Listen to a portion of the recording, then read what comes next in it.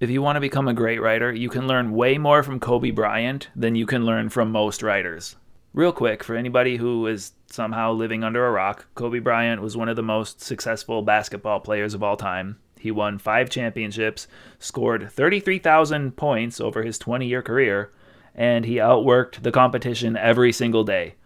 This video is not simply a bunch of uncritical praise for Kobe Bryant. His extreme work ethic was, frankly, much higher than mine and probably yours.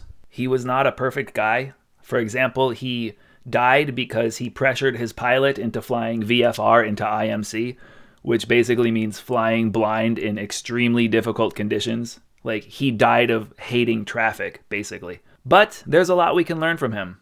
There's a lot more that we can learn from him about writing than we can learn from most writers. So if you want to raise your game, you should study the mindset of high-performance athletes, not lazy cocoa sippers wearing their footy pajamas and sitting on their comfy couches writing poems.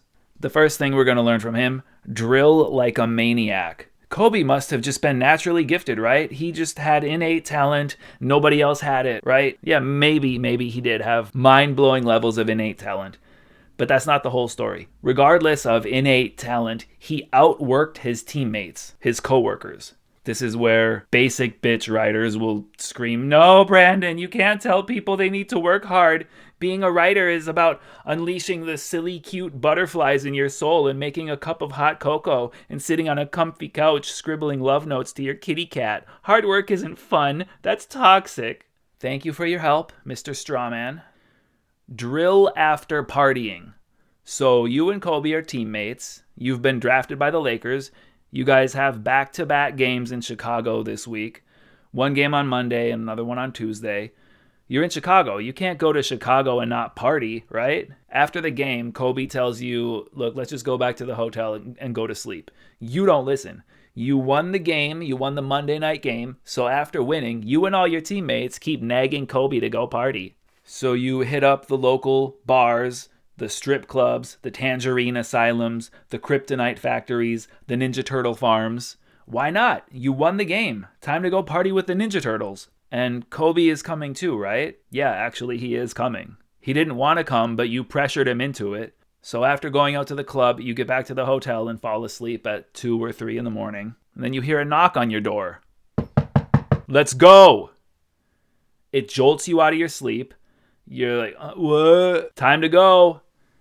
You look at the clock. It's 5 a.m. Where are we going? And Kobe responds, I hung out with you. Now you come hang out with me. So this is where the happy butterfly crowd starts to cry tears of blood. Hard work gives them the sad sads. So they start coming up with new ways to become a great writer. Hey guys, writing every day is not the solution. Instead, do this. Number 1, take a break. Number 2, play video games. 3, go to the movie theater. 4, take your car to the bikini car wash. 5, recharge your inspiration by avoiding the muse.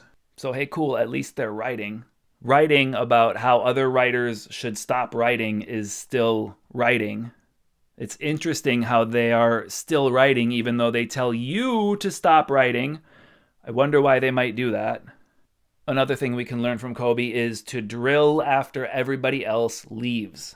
Most stories about Kobe Bryant go like this. Kobe was already in the gym when I arrived. Kobe was still at the gym when I left. This happened specifically to one of his teammates, Jay Williams. He approached Kobe after a game and asked, "Why were you in the gym so long yesterday?" And Kobe responded, "I saw you come in, and I wanted you to know that it doesn't matter how hard you work. I'm willing to work harder than you." We can call this mindset toxic. Maybe it is. Or maybe he loves the game more than you do. Or maybe both. Here's another reason Kobe drilled so much. Quote, "I see dudes walk into practice 10 minutes before and leave right after. Why the fuck am I going to pass them the basketball? I don't respect their work ethic. I'm in here busting my ass every day trying to perfect my craft, and these dudes don't want to work on their game. I don't trust them." If you're a writer, that quote will resonate with you.